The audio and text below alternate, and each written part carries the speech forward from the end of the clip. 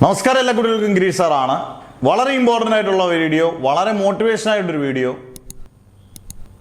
യഥാർത്ഥമായൊരു video എന്ന് പറയുന്നത് നിങ്ങൾക്ക് ഒരു വിഷയം പോയിട്ടുണ്ട്, അല്ലെങ്കിൽ എല്ലാ വിഷയങ്ങളും പോയിട്ടുണ്ടെങ്കിൽ അണ്ട് ഇവരെ കണ്ടു പഠിക്കാൻ എന്ന് നമുക്ക് പറയാൻ ഉറപ്പായിട്ടും പറ്റും.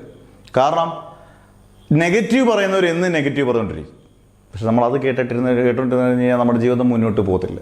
എപ്പോഴും നമ്മൾ പോസിറ്റീവായിട്ട് ഇതാക്കുക, കഷ്ടപ്പെടുക. എല്ല് മുറിയെ കഷ്ടപ്പെട്ടാൽ നമുക്കിഷ്ടമുള്ളത് നേടാൻ നമുക്ക് വിജയം എത്തുമെന്നുള്ള ഉറപ്പാണ്. ഞാൻ പറഞ്ഞു വരുന്നത് +2 സേ 23-ാം തീയതിയാണ്. ഇന്നിപ്പം മെയ് 23 ഒറ്റ മാസം പോലും ഇല്ല, ഒരു മാസമില്ല.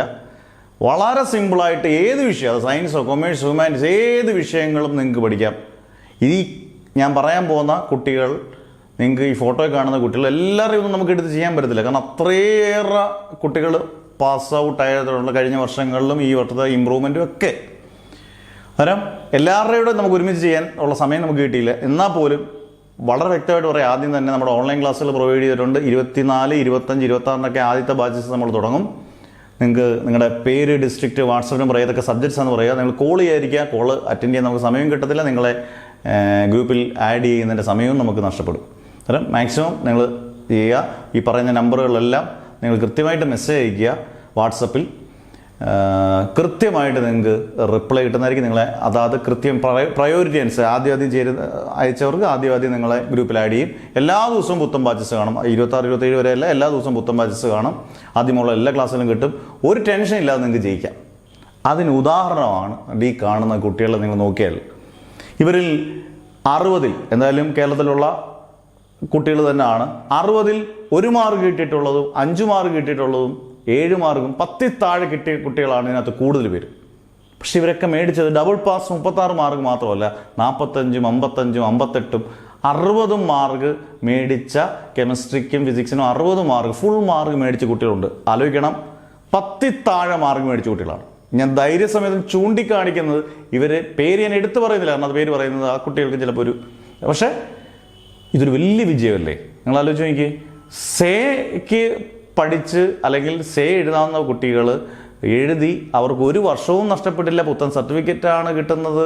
നമുക്കൊരു ടെൻഷനില്ല. അവർ നല്ല നല്ല കോഴ്സ് എടുത്തിപ്പം പഠിക്കുന്നു, നല്ല രീതിയിൽ പഠിക്കുന്നു. നമുക്ക് സന്തോഷമാണ് അധ്യാപകർ എന്നുള്ളത്. ഒരു കൂട്ടായ്മ 10-30 അധ്യാപകരാണ് ഇതിൻ്റെ പിന്നിൽ നന്നായിട്ട് ഹാർഡ് വർക്ക് ചെയ്യുന്നത്.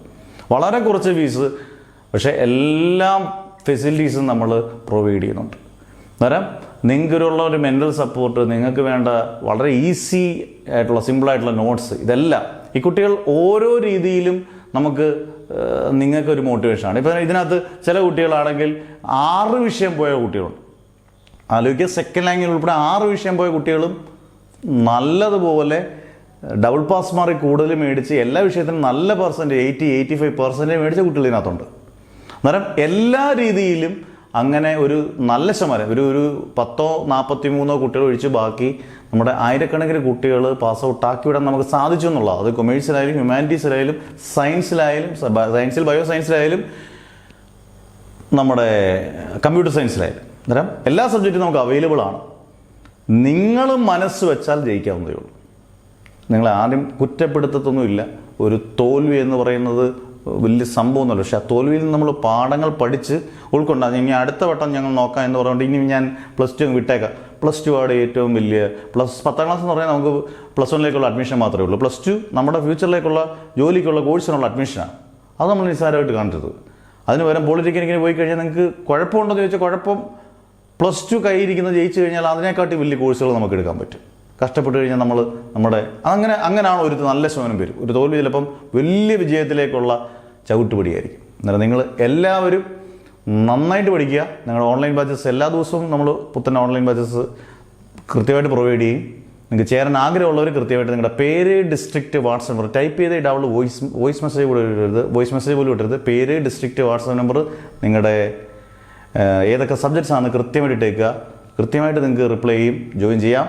ഇതുപോലെ ഈ കാണുന്ന കുട്ടികളുടെ കൂട്ട് നിങ്ങൾ ഗംഭീര വിജയം നേടട്ടെ എന്ന് ആശംസിക്കുന്നു. നേടും എന്ന ഉറപ്പോടുകൂടി നിർത്തുന്നു. Never ever give up.